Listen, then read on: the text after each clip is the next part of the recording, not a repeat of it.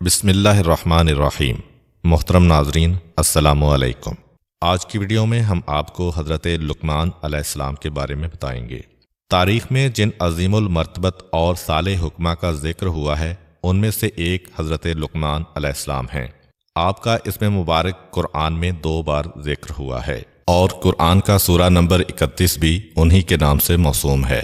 حضرت لقمان کے بارے میں رسول کریم صلی اللہ علیہ وآلہ وسلم کی ایک حدیث ہے، میں حق بات کہتا ہوں کہ لقمان پیغمبر نہیں تھے، لیکن ایسے بندے تھے جو بہت زیادہ غور و فکر کرتے تھے۔ وہ یقین و ایمان کے بلند درجے پر فائز تھے۔ وہ اللہ کو دوست رکھتے تھے اور اللہ تعالیٰ بھی انہیں دوست رکھتا تھا، اور اللہ تعالیٰ نے انہیں حکمت جیسی نعمت سے نوازا تھا۔ حضرت لقمان ان افراد میں سے تھے جنہوں نے طویل عمریں پائیں۔ آپ کی عمر کے بارے میں 200 سے 560 اور 1000 سے 3500 سال تک لکھا گیا ہے۔ آپ کا سلسلہ نسب یوں بیان کیا جاتا ہے: لقمان بن عنقا بن مزید بن سارون۔ آپ علیہ السلام کا لقب ابو الاسود تھا۔ بعض انہیں حضرت ایوب علیہ السلام کا بھانجا یا ان کی خالہ کا بیٹا لکھتے ہیں کہ ان کا سلسلہ نسب ناہور بن طارق تک پہنچتا ہے، جو حضرت ابراہیم علیہ السلام کے بھائی ہیں۔ وہ افریقہ کے دیہات نوبا کے رہنے والے تھے، اس وجہ سے ان کا رنگ سیاہ، ہونٹ موٹے موٹے اور پاؤں چوڑے چوڑے تھے۔ وہ ایک عرصہ تک بنی اسرائیل کے ایک دولت مند شخص کین بن حسر کے غلام رہے، لیکن ان کی حکمت کی وجہ سے انہیں ان کے ارباب نے آزاد کر دیا تھا۔ مشہور و معروف محدث مسعودی لکھتے ہیں کہ لقمان افریقہ کے ایک گاؤں نوبا کے رہنے والے تھے۔ ان کے آقا کا نام کین بن حسر تھا۔ حضرت لقمان علیہ السلام حضرت داؤد علیہ السلام کی حکومت کے 10ویں سال دنیا پر تشریف لائے۔ وہ ایک عبد صالح تھے۔ اللہ تعالیٰ نے انہیں حکمت کی نعمت سے نوازا۔ انہوں نے طویل عمر پائی، دنیا کے مختلف حصوں میں زندگی گزاری۔ ان سے ہمیشہ حکمت و دانائی ظاہر ہوتی اور وہ حضرت یونس علیہ السلام کے زمانے تک زندہ رہے۔ ایک حدیث میں آیا ہے کہ حضرت لقمان علیہ السلام نے اپنے بیٹے سے فرمایا: اے میرے بیٹے، میں نے 400 پیغمبروں کی خدمت کی ہے۔ میں نے ان کے کلام سے 4 باتیں اخذ کی ہیں۔ جس وقت تم نماز کی حالت میں ہو تو اپنے دل کی حفاظت کرو۔ جس وقت تم دسترخوان پر بیٹھے ہو تو اپنے گلے کو محفوظ رکھو، یعنی حرام مال سے بچاؤ۔ جس وقت تم کسی دوسرے کے گھر میں جاؤ تو اپنی آنکھ کو بچاؤ، یعنی نامحرم پر نگاہ ڈالنے سے باز رہو۔ اور جس وقت لوگوں کے درمیان میں جاؤ تو اپنی زبان کی حفاظت کرو۔ کہا جاتا ہے کہ حضرت لقمان علیہ السلام نے اپنی زندگی کا بیشتر حصہ مشرق وسطیٰ، خاص کر فلسطین اور بیت المقدس میں گزارا ہے، اور ان کی قبر فلسطین کی ایک بندرگاہ ایلا میں ہے۔ حضرت لقمان علیہ السلام، جو کہ ایک سیاہ فام افریقی اور بدصورت شخص ہوتے ہوئے حکمت کے بلند و بالا مقام پر فائز ہوئے ہیں، تو یہ صرف اور صرف روح و نفس کی خوبصورتی اور دل کی پاکیزگی کی وجہ سے ہے۔ اسی بنا پر روایت میں آیا ہے کہ کسی شخص نے حضرت لقمان علیہ السلام سے پوچھا: کیا تم ہمارے ساتھ بھیڑ بکریاں نہیں چراتے تھے؟ حضرت لقمان علیہ السلام نے کہا: ہاں، ایسا ہی ہے۔ اس نے پوچھا: آپ یہ بتائیں کہ آپ کو علم و حکمت کہاں سے نصیب ہوئی؟ آپ تو کسی مدرسہ میں نہیں پڑھے۔ حضرت لقمان علیہ السلام نے جواب میں فرمایا: مجھے یہ حکمت اللہ کی مرضی، امانت ادا کرنے، سچ بولنے اور بیہودہ باتوں سے بچنے کی وجہ سے نصیب ہوئی ہے۔ حضرت لقمان علیہ السلام کی اپنے فرزند کے نام وہ 10 نصیحتیں جو قرآن کی 5 آیات میں مذکور ہیں، عقائد، اخلاق اور آداب معاشرت کا مجموعہ ہیں، اور یہ قرآن پاک کی سورہ لقمان میں موجود ہیں۔ اے بیٹے، کسی چیز کو اللہ کا شریک نہ بناؤ، بے شک شرک بہت بڑا ظلم ہے۔ اے بیٹا، نیکی یا بدی ایک رائی کے دانے کے برابر ہو، اور کسی پتھر کے اندر ہو یا آسمانوں پر ہو یا زمینوں کی گہرائیوں میں ہو، تو خدا روز قیامت ضرور اسے سامنے لائے گا کہ وہ لطیف بھی ہے اور باخبر بھی ہے۔ بیٹا، نماز قائم کرو، نیکیوں کا حکم دو، برائیوں سے منع کرو، اور اس میں جو مصیبت پڑے اس پر صبر کرو کہ یہ بہت بڑی حکمت کا کام ہے۔ اور خبردار، لوگوں کے سامنے اکڑ کر منہ نہ پھلا دینا۔ زمین پر غرور کے ساتھ نہ چلنا کہ خدا اکڑنے والے اور مغرور کو پسند نہیں کرتا ہے۔ اور اپنی رفتار میں میانہ روی سے کام لینا، اور اپنی آواز کو دھیما رکھنا کہ سب سے بدتر آواز گدھے کی آواز ہوتی ہے۔ رسول خدا صلی اللہ علیہ وآلہ وسلم سے منقول ہے کہ ایک دن جناب لقمان علیہ السلام دوپہر کے وقت آرام کی نیند سو رہے تھے کہ اچانک انہوں نے ایک آواز سنی: اے لقمان، کیا آپ یہ چاہتے ہیں کہ خداوند متعال آپ کو زمین پر اپنا خلیفہ اور نمائندہ قرار دے تاکہ آپ لوگوں کے درمیان حق کا فیصلہ کریں؟ جناب لقمان علیہ السلام نے جواب میں کہا، اگر میرا پروردگار مجھے اختیار دے تو میں راہ عافیت قبول کروں گا اور اس بہت بڑے امتحان کے لیے تیار نہیں ہوں گا، لیکن اگر حکم ہو تو اسے دل و جان سے قبول کروں گا، کیونکہ میں جانتا ہوں کہ اگر تو میرے کاندھوں پر ایسی ذمہ داری ڈالے گا تو ضرور بضرور میری مدد کرے گا اور مجھے لغزشوں سے محفوظ رکھے گا۔ فرشتوں نے کہا، اے لقمان، قضاوت کی ذمہ داری کیوں قبول نہیں کرتے ہو؟ جناب لقمان علیہ السلام نے کہا، کیونکہ لوگوں کے درمیان قضاوت کرنا سخت ترین منازل اور اہم ترین مراحل میں سے ہے، اور ہر طرف سے ظلم و ستم کی امواج اس کی طرف متوجہ ہیں۔ اگر اللہ تعالیٰ انسان کی حفاظت کرے تو وہ قابل نجات ہے، اور وہ غلط راستے پر چل نکلے تو بہشت کے راستے سے منحرف ہو جاتا ہے۔ جس شخص کا سر دنیا میں نیچے اور آخرت میں بلند ہو، وہ اس سے کہیں بہتر ہے کہ جس کا سر دنیا میں بلند اور آخرت میں نیچے ہو۔ جو شخص دنیا کو آخرت پر ترجیح دیتا ہے، اسے دنیا بھی نہیں ملتی اور آخرت سے بھی ہاتھ دھو بیٹھتا ہے۔ فرشتے حضرت لقمان علیہ السلام کی اس خوبصورت منطق سے حیران رہ گئے۔ جناب لقمان اس گفتگو کے بعد گہری نیند سو گئے۔ اللہ تعالیٰ نے ان کے دل میں حکمت کا نور روشن کیا۔ جب وہ نیند سے بیدار ہوئے تو ان کی زبان پر حکمت جاری ہوئی۔ انہوں نے اپنی سرشار حکمتوں کے ذریعے مشکلات کو حل کرنے کے لیے حضرت داؤد علیہ السلام کی مدد کی۔ حضرت داؤد علیہ السلام نے ان سے فرمایا، اے لقمان، آپ کو خوشخبری ہو کہ آپ کو حکمت عطا کی گئی ہے۔ اب ہم آپ کے لیے حضرت لقمان علیہ السلام کے چند واقعات اور داستانیں بیان کرتے ہیں جن میں ہم سب کے لیے سبق اور نصیحت ہے۔ ایک ہوس باز دولت مند شخص کسی چشمے کے کنارے بیٹھا جوئے بازی میں مشغول تھا۔ اس نے مستی کی حالت میں یہ شرط باندھی کہ جو کوئی بھی ہار گیا وہ یا تو اس چشمے کا سارا پانی پیے گا یا اپنی بیوی اور اپنا مال و دولت جیتنے والے کے سپرد کر دے گا۔ خواہشات کا دلدادہ دولت مند شخص بازی ہار گیا۔ جیتنے والے شخص نے اس مالدار شخص سے اس کی بیوی اور دولت حوالے کرنے کا مطالبہ کیا۔ وہ اب بہت بڑی مشکل میں پھنس چکا تھا۔ اس نے ایک دن کی مہلت مانگی اور جا کر جناب لقمان علیہ السلام سے درخواست کی کہ وہ اسے اس مشکل سے نکال لیں۔ حضرت لقمان علیہ السلام نے اس شخص سے کہا، میں ایک شرط پر تمہیں اس مشکل سے نجات دلاؤں گا۔ وہ شرط یہ ہے کہ آج کے بعد جوا نہیں کھیلو گے۔ اس مالدار شخص نے حضرت لقمان علیہ السلام کی شرط قبول کر لی۔ جناب لقمان علیہ السلام نے اس سے کہا، جس وقت وہ جیتنے والا شخص تمہارے پاس آ کر چشمے کا سارا پانی پینے یا ساری دولت اور بیوی حوالے کرنے کا مطالبہ کرے تو اسے یوں کہو، اگر تمہارا مراد وہ پانی ہے جو کل اس ندی میں تھا تو اسے لے آؤ تاکہ میں پیوں، اور اگر مراد وہ پانی ہے جو اس وقت موجود ہے تو تم چشمے کا منہ بند کرو تاکہ بچنے والا باقی پانی پی سکوں، اور اگر تمہاری مراد وہ پانی ہے جو آئندہ اس ندی میں جاری ہوگا تو آئندہ ابھی تک آیا نہیں ہے، لہذا صبر سے کام لو۔ اس دولت مند شخص نے جوا جیتنے والے شخص کے سامنے یہی مطالبات رکھے تو اس کے پاس کوئی چارہ کار نہ رہا اور اس کا منہ بند ہو گیا۔ یہی وہ مقام ہے جب حضرت لقمان علیہ السلام کی حکمت آشکارا ہوئی اور لوگوں نے انہیں پہچانا۔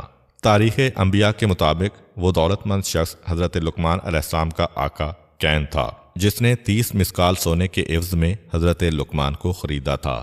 اس نے اس واقعہ کے بعد جناب لقمان کو آزاد کر دیا تھا۔ ایک دن حضرت لقمان علیہ السلام کے ارباب نے ان سے کہا، ایک گوسفند یعنی بھیڑ ذبح کرو اور اس کے تمام اعضاء میں سے 2 بہترین اعضاء میرے لیے پکا کر لاؤ۔ حضرت لقمان نے گوسفند ذبح کیا، اس کی زبان اور اس کا دل نکالا، انہیں پکا کر اپنے ارباب کے سامنے لا رکھا۔ اگلے دن ارباب نے پھر کہا کہ گوسفند کے اعضاء میں سے 2 بدترین اعضاء پکا کر لے آؤ۔ حضرت لقمان نے پھر زبان اور دل پکا کر ارباب کی خدمت میں حاضر کر دیے۔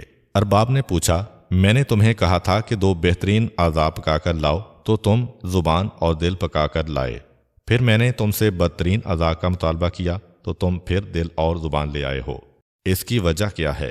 جناب لقمان علیہ السلام نے کہا، اگر یہ دونوں عضو پاک ہوں تو بہترین ہیں، اور اگر یہی پلید ہوں تو بدترین ہیں۔ ایک دن جناب لقمان کا آقا بیت الخلاء میں گیا۔ اسے گئے ہوئے کافی وقت گزر چکا تھا۔ جناب لقمان نے بلند آواز سے کہا، بیت الخلاء میں زیادہ دیر بیٹھنا درد جگر اور بواسیر ہونے، نیز بیت الخلاء کی آلودہ حرارت مغز میں جذب ہونے کا موجب ہے، لہذا اعتدال کی حد تک بیٹھو اور اٹھ کر باہر آ جاؤ۔ اس کے بعد دوسروں کو سمجھانے کے لیے یہی بات بیت الخلاء کے دروازوں پر لکھ دی گئی۔ حضرت لقمان علیہ السلام کے آقا کے بہت زیادہ باغات اور غلام تھے۔ جناب لقمان بھی ان غلاموں میں شامل تھے۔ ان کا ارباب جو کہ ظاہر بین تھا، سفید رنگ اور خوبصورت غلاموں کو باغات میں پھل وغیرہ توڑنے کے لیے بھیجتا، لیکن جناب لقمان کو سخت اور پست کاموں مثلا جھاڑو وغیرہ دینے میں لگا دیتا۔ یوں وہ حضرت لقمان علیہ السلام کی توہین کرتا، حالانکہ وہ سیرت و کردار اور معرفت میں تمام غلاموں پر فوقیت رکھتے تھے۔ جناب لقمان کے آقا کی یہ غلط روش اس بات کا موجب بنی کہ اس کے غلام بھی حضرت لقمان کو حقیر سمجھنے لگے اور ان کی قدر و قیمت کے قائل نہ تھے، بلکہ بعض اوقات انہیں اذیت و آزار پہنچاتے۔ آقا نے ایک موقع پر غلاموں کو باغ میں پھل توڑ کر لانے کے لیے بھیجا۔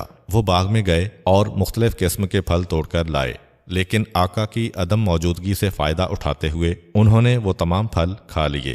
جب آقا آیا اور تازہ پھلوں کا مطالبہ کیا تو غلاموں نے جھوٹ بولتے ہوئے کہا تمام پھل لقمان کھا گیا ہے۔ آقا نے جب یہ بات سنی تو وہ جناب لقمان علیہ السلام کے بارے میں بدظن ہو گیا۔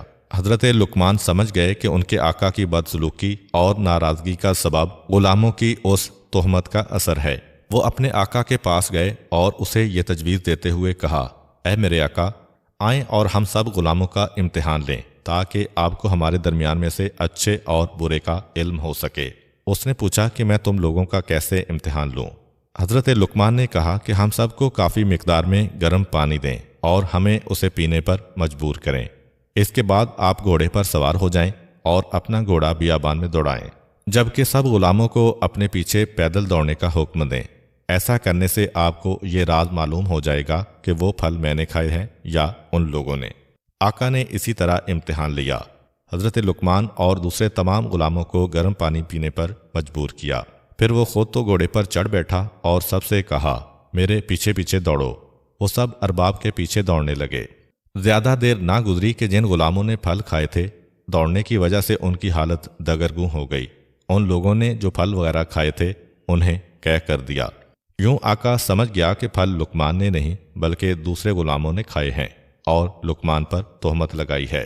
پس جناب لقمان اپنے آقا کے سامنے سرخرو ہو گئے اور دوسرے غلاموں کو شرمندگی کا سامنا کرنا پڑا۔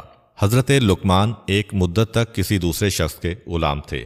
اس کے کئی اور بھی غلام تھے، لیکن وہ اپنے تمام غلاموں میں سے حضرت لقمان سے بہت زیادہ محبت کرتا تھا، یہاں تک کہ وہ جب بھی غذا کھانا چاہتا تو پہلے اپنی غذا حضرت لقمان علیہ السلام کے پاس لاتا تاکہ وہ کھائیں۔ جب وہ کھانا کھا لیتے تو ان کا بچا ہوا کھانا بطور تبرک بڑے شوق سے تناول کرتا۔ ایک دن کوئی شخص حضرت لقمان علیہ السلام کے ارباب کے لیے خربوزہ بطور ہدیہ لایا۔ ارباب نے حضرت لقمان کے سامنے خربوزے کو چیرا، اس کے ٹکڑے کیے اور لقمان کو دیے۔ جناب لقمان اپنے آقا سے خربوزے کی پھانگیں لے کر کھاتے رہے اور یہ ظاہر کرتے رہے کہ وہ بڑا میٹھا ہے اور بڑے مزے سے کھا رہا ہے۔ جب ارباب نے دیکھا کہ لقمان بڑے شوق و ذوق سے کھا رہے ہیں تو اس نے ایک پھانگ کے علاوہ تمام کا تمام خربوزہ لقمان کو دے دیا، جو انہوں نے کھا لیا اور ایک پھانگ اپنے لیے رکھ لی۔ جس وقت ارباب نے وہ بچی ہوئی خربوزے کی پھانگ منہ میں ڈالی تو معلوم ہوا کہ وہ خربوزہ تو زہر کے مانند کڑوا ہے۔ اس کی کڑواہٹ سے زبان پر آبلے بن گئے، گلا جلنے لگا اور اس کی حالت غیر ہو گئی۔ ارباب نے جناب لقمان سے کہا، آپ نے یہ اتنی کڑوی پھانگیں کیسے کھائی ہیں؟ آپ نے انہیں کھانے سے ہاتھ کیوں نہیں کھینچا؟ جناب لقمان نے جواب میں کہا، آپ نے سال ہا سال سے مجھے میٹھی، مزیدار اور من پسند غذائیں کھلائی ہیں۔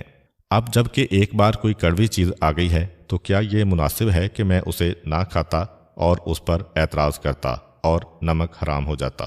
بلکہ حق شناسی اور شکر گزاری کا تقاضا یہی ہے کہ میں خاموش رہتا۔ پس اے خدا کے بندے، تم خدا کی نعمتوں میں غرق ہو۔ جب بھی زندگی میں تھوڑی دیر کے لیے کوئی تلخی و مشکل آ جائے تو ناشکری مت کر۔ ایک دفعہ حضرت لقمان علیہ السلام نے اپنے بیٹے کو یوں نصیحت فرمائی، اے میرے بیٹے، واضح رہے کہ حضرت لقمان علیہ السلام کی بہت زیادہ اولاد تھی، لیکن وہ اپنی بات کا آغاز یا بنیا، اے میرے بیٹے کہہ کر کرتے تھے، جس سے لگتا ہے کہ ان کا شاید ایک ہی بیٹا تھا۔ تاریخ نے اس بیٹے کا نام باران لکھا ہے، لیکن ان کا خطاب تمام اولاد سے ہوتا تھا۔ البتہ یہ تجربہ کار خطبہ کا طریقہ کار ہے کہ وہ بڑوں کو مخاطب کر کے چھوٹوں کی توجہ اپنی طرف مبذول کراتے ہیں اور انہیں واعظ و نصیحت کرتے ہیں۔ چنانچہ آپ نے اپنے بیٹے سے کہا، اے میرے بیٹے، اپنے دل کو لوگوں کی خوشنودی اور ان کی تعریف و تکذیب سے وابستہ مت کرو، کیونکہ ایسی کوئی چیز کوشش کے باوجود انسان کے ہاتھ میں نہیں آتی۔ بیٹے نے کہا کہ میں چاہتا ہوں کہ اس بارے میں کوئی عملی نمونہ دیکھوں تاکہ موضوع کو بہتر طور پر سمجھ سکوں۔ حضرت لقمان نے فرمایا، اٹھو اور گھر سے باہر چلو تاکہ میں موضوع کو سمجھا سکوں۔ حضرت لقمان علیہ السلام اور ان کا بیٹا گھر سے نکلے۔ ان کے پاس ایک گدھا بھی تھا۔ جناب لقمان اس پر سوار ہوئے اور بیٹا پیدل ان کے پیچھے روانہ ہوا۔ وہ چلتے چلتے ایک گروہ کے پاس پہنچے۔ ان لوگوں نے جب یہ منظر دیکھا تو کہا، اس بوڑھے کو دیکھو کہ کتنا سنگ دل ہے کہ خود تو گدھے پر سوار ہے لیکن اس کا بیٹا پیچھے پیچھے پیدل آ رہا ہے۔ سچ بات ہے کہ یہ کس قدر غلط کام ہے۔ حضرت لقمان نے اپنے بیٹے سے کہا، کیا تم نے ان کی باتیں سنی ہیں؟ بیٹے نے کہا، ہاں۔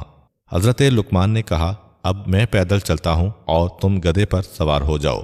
جناب لقمان پیدل روانہ ہوئے اور بیٹا سوار ہو گیا۔ چلتے چلتے ان کی ملاقات ایک اور گروہ سے ہوئی۔ اس گروہ نے جب یہ منظر دیکھا تو کہا، یہ دونوں باپ بیٹا کتنے برے لوگ ہیں۔ باپ اس اعتبار سے برا ہے کہ اس نے اپنے بیٹے کی صحیح تربیت نہیں کی کہ بیٹا تو سوار ہے جبکہ بوڑھا باپ پیدل چل رہا ہے، اور بیٹا اس لحاظ سے برا ہے کہ اسے اپنے باپ پر رحم نہیں آیا اور اس پر ظلم کر رہا ہے، کیونکہ باپ کا یہ حق ہے کہ اس کا احترام کیا جائے اور وہ گدھے پر سوار ہو۔ حضرت لقمان نے اپنے بیٹے سے کہا، آپ نے ان کی باتیں سنی ہیں؟ بیٹے نے کہا، جی ہاں۔ جناب لقمان نے فرمایا، اب دونوں سوار ہو جاتے ہیں۔ وہ دونوں گدھے پر سوار ہوئے اور آگے بڑھ گئے۔ چلتے چلتے ایک گروہ کے پاس پہنچے۔ ان لوگوں نے جب یہ منظر دیکھا تو کہا، ان دونوں سواروں کے دل میں ذرا برابر رحم نہیں ہے کہ دونوں بے زبان حیوان پر سوار ہیں۔ ان لوگوں نے اس حیوان کی کمر توڑ دی ہے، کیوں اس بیچارے حیوان کی طاقت سے زیادہ اس پر وزن ڈالا ہوا ہے۔ بہتر تو یہ تھا کہ ایک سوار ہوتا اور دوسرا پیدل چلتا۔ حضرت لقمان نے اپنے بیٹے سے کہا، آپ نے ان لوگوں کی باتیں سنی ہیں؟ بیٹے نے کہا، جی ہاں۔ جناب لقمان نے فرمایا، آؤ اس بار ہم دونوں گدھے کے پیچھے پیچھے پیدل چلتے ہیں۔ دونوں گدھے سے اترے اور اس کے پیچھے پیدل روانہ ہوئے۔ وہ چلتے چلتے لوگوں کے ایک گروہ کے پاس پہنچے۔ ان لوگوں نے کہا، یہ دونوں عجیب قسم کے جاہل افراد ہیں، سواری کے ہوتے ہوئے پیدل چل رہے ہیں اور سواری کو خالی چھوڑا ہوا ہے، یہ کس قدر احمق ہیں۔ حضرت لقمان نے اپنے بیٹے سے فرمایا، آپ نے ان لوگوں کی گفتگو سنی ہے؟ اس نے عرض کیا، جی ہاں۔ جناب لقمان نے فرمایا، کیا لوگوں کو راضی کرنے کے لیے اس کے علاوہ اور کوئی چارہ ہے؟ اب جب کہ صورتحال یوں ہے تو کبھی لوگوں کی رضامندی کو اپنا محور و مقصد قرار مت دو، بلکہ خداوند قدوس کی رضا اور خوشنودی کو اپنا مقصد اور ہدف قرار دو تاکہ دنیا و آخرت میں سعادت و کامیابی حاصل کر سکو۔ روایت میں ہے کہ ایک دن حضرت لقمان علیہ السلام نے اپنے بیٹے کو 3 نصیحتیں کرتے ہوئے کہا، اے پسر جان، ان 3 نصیحتوں کو اپنے حافظے میں محفوظ کر لو اور ان پر عمل کرو۔ اپنا راز اپنی بیوی کو مت بتاؤ، عوان یعنی حکمرانوں کے دفتریوں سے دوستی مت کرو، نئے اور کم ظرف دولت مند سے قرض نہ لو۔ حضرت لقمان جب دنیا سے رخصت ہو گئے تو ان کے بیٹے نے ان نصیحتوں کو آزمانا چاہا اور دیکھنا چاہا کہ ان کاموں کو انجام دینے سے نقصان کیا ہوگا جن کو انجام نہ دینے کی اس کے حکیم باپ نے اسے وصیت کی تھی۔ اس نے ایک گوسفند ذبح کیا، اسے ایک بوری میں ڈالا، بوری کا منہ باندھا، اسے اٹھا کر گھر لے آیا، اپنے پلنگ کے نیچے گڑھا کھودا اور اسے وہاں پر دفن کر دیا۔ اس کے بعد اپنی بیوی سے کہا، میرا ایک دشمن تھا، میں نے اسے قتل کرنے کے بعد یہاں پر دفن کر دیا ہے، محتاط رہنا اور اس راز کو پوشیدہ رکھنا اور کسی کو مت بتانا۔ اس کے بعد اپنے ہمسائے میں رہنے والے ایک دفتری سے دوستی کر لی، ہر روز اسے دعوت دیتا اور اس کا دوست بن گیا۔ اسی محلہ میں ایک نوجوان رہتا تھا، اس کا کوئی خاندانی پس منظر نہیں تھا، اس نے محنت و مشقت سے دولت اکٹھی کی ہوئی تھی، وہ تازہ دولت مند ہوا تھا اور اپنی دولت مندی پر فخر بھی کرتا تھا۔ حضرت لقمان کے بیٹے نے اس سے کچھ درہم قرض لیے اور انہیں گھر میں چھپا کر رکھ دیا۔ دن گزرتے رہے، ایک دن جناب لقمان کے بیٹے کا اپنی بیوی سے جھگڑا ہو گیا، اس نے آہو بکا شروع کر دی اور بلند آواز سے کہا، اے بدکار قاتل، اے خون ریز، تم نے ایک شخص کو بے گناہ قتل کر کے گھر میں دفن کر رکھا ہے اور اب مجھے بھی قتل کرنا چاہتے ہو۔ اس کی آواز ہمسائے میں رہنے والے اس حکومتی دفتری کے کانوں میں پڑی جو لقمان کے بیٹے کا دوست بنا ہوا تھا۔ وہ فوراً بادشاہ کے پاس گیا اور ساری داستان اس کے گوش گزار کی۔ بادشاہ نے حکم دیا کہ کوئی شخص اس قاتل کو حاضر کرے۔ اسی حکومتی دفتری نے کہا، میں اسے پکڑ کر لاتا ہوں۔ وہ شخص پسرے لقمان کے گھر آیا اور انتہائی ذلت آمیز طریقے سے اسے گھر سے کھینچا اور دوستی وغیرہ سب بھول گیا۔ اسے کھینچتے ہوئے بادشاہ کے دربار میں لے جا رہا تھا کہ راستے میں نئے دولت مند نوجوان نے جب جناب لقمان کے بیٹے کو اس حال میں دیکھا تو لوگوں کے سامنے انتہائی غصے کے عالم میں آ کر اسے پکڑا اور کہا، اگر تمہیں قتل کے بدلے میں قتل کریں گے تو میری رقم ڈوب جائے گی، لہٰذا مجھ سے لیے ہوئے درہم ابھی واپس کرو۔ اس نے یوں نامردی کا مظاہرہ کرتے ہوئے جناب لقمان کے بیٹے کی اہانت کی۔ بہرحال لوگ وہاں پر اکٹھے ہو گئے اور جناب لقمان کے بیٹے کو انتہائی توہین آمیز طریقے سے بادشاہ کے دربار کی طرف لے گئے۔ جس وقت فرزند لقمان بادشاہ کے سامنے کھڑا ہوا تو ان کے درمیان ہونے والی گفتگو کچھ یوں تھی۔ بادشاہ نے کہا، تم تو لقمان کے بیٹے ہو، لہٰذا مناسب نہیں تھا کہ تم قتل و غارت کے مرتکب ہوتے۔ فرزند لقمان نے جواب دیا، میں نے بالکل ناحق خون نہیں بہایا اور نہ ہی کسی شخص کو قتل کیا ہے۔ دفتری بولا، یہ جھوٹ بول رہا ہے، اس نے ایک شخص کو قتل کرنے کے بعد اس کا جنازہ اپنے گھر میں دفن کر رکھا ہے۔ فرزند لقمان نے کہا، میں بادشاہ سے کہتا ہوں کہ حکم دے کہ یہ لوگ اس مقتول کو حاضر کریں اور وہ ایک بوری میں ہے جسے میں نے فلاں جگہ پر دفن کیا ہے۔ بادشاہ نے حکم دیا کہ اس جنازے کو حاضر کیا جائے۔ حکومتی کارندے جناب لقمان کے بیٹے کے گھر آئے۔ اس کی بیوی نے دفن کی جگہ کی نشاندہی کی۔ ان لوگوں نے وہاں سے کھدائی کی، وہاں سے ایک بوری نکالی اور منہ بند بوری بادشاہ کے سامنے لے آئے۔ جب ان لوگوں نے بوری کا منہ کھولا تو کیا دیکھتے ہیں کہ وہ تو ایک گوسفند کا لاشا ہے کہ جسے ذبح کیا ہوا ہے۔ حاضرین یہ ماجرا دیکھ کر حیران و پریشان رہ گئے۔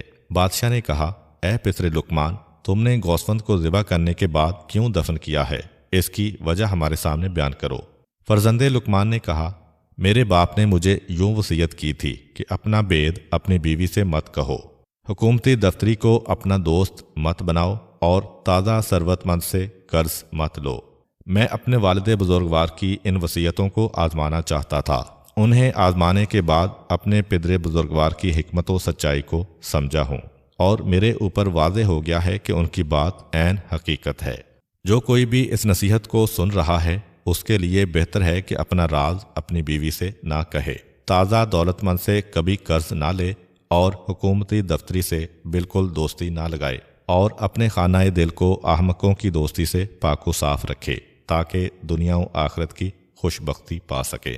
اور آخر میں حضرت لقمان کی اپنے بیٹے کو کی گئی چند اور نصیحتیں جو یقیناً ہمارے کام آنے والی ہیں۔ بیٹا، دنیا پر بھروسہ مت کرو کیونکہ گناہ اور شیطان اس میں ہے۔ دنیا کو اپنے لیے زندان بناؤ تاکہ آخرت تمہارے لیے بہشت قرار پائے۔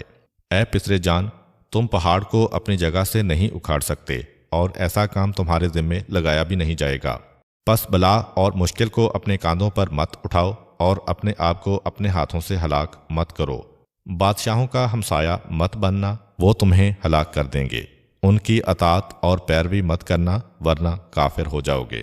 کمزوروں اور حاجت مندوں کی ہم نشینی اختیار کرو اور ان کے ہمدم بنو۔ اے پسر جان، خدا کی بارگاہ میں یہ عرض کرنے والا کہ خدایا مجھے معاف کر دے، اس سے کوئی بخشا نہیں جائے گا، کیونکہ انسان عمل اور اطاعت الہی کرنے کی بنا پر بخشا جائے گا۔ اے میرے بیٹے، پہلے ہمسائے کو دیکھو بعد میں گھر لو، پہلے ہم سفر کو دیکھو بعد میں سفر پر جاؤ۔ اے بیٹے، نا اہل کی ہم نشینی سے تنہائی بہتر ہے، صالح ہم نشین تنہائی سے بہتر ہے۔ وزنی پتھر اور لوہے کو اٹھانا برے ہم نشین سے بہتر ہے۔ اے بیٹے، جو کوئی بھی زبان پر قابو نہیں رکھتا وہ پشیمان ہوتا ہے۔ بزرگوں سے مشورہ کرو اور چھوٹوں کے ساتھ مشورہ کرنے سے شرم مت کرو۔ فاسقوں کی ہم نشینی اور محفل سے پرہیز کرو، کیونکہ وہ ایسے کتے ہیں کہ اگر تمہارے پاس کوئی چیز پائیں گے تو اسے کھا جائیں گے ورنہ تجھے ذلیل و رسوا کریں گے۔ ان کے ساتھ دوستی انتہائی تھوڑی اور ناپائیدار ہوتی ہے۔ اے بیٹا جان، اگر تمہیں روز قیامت کے بارے میں شک ہے تو نیند سے بیدار ہونے کو اپنے آپ سے دور رکھو، جبکہ تمہارے اندر اتنی قوت و طاقت نہیں ہے۔ اور اگر تم ان دونوں کے بارے میں غور و فکر کرو گے تو سمجھ جاؤ گے کہ تمہاری جان کسی اور کے قبضے میں ہے، کیونکہ نیند موت ہے اور نیند کے بعد بیدار ہونا موت کے بعد قیامت برپا ہونے کے مانند ہے۔ بیٹا جان، میں نے 7000 حکمتیں سیکھی ہیں، ان میں سے صرف 4 کو یاد کر لو اور ان پر عمل کرو اور میرے ساتھ بہشت میں چلو۔ اپنی کشتی کو مضبوط بناؤ کیونکہ زندگی کا سمندر بہت گہرا ہے۔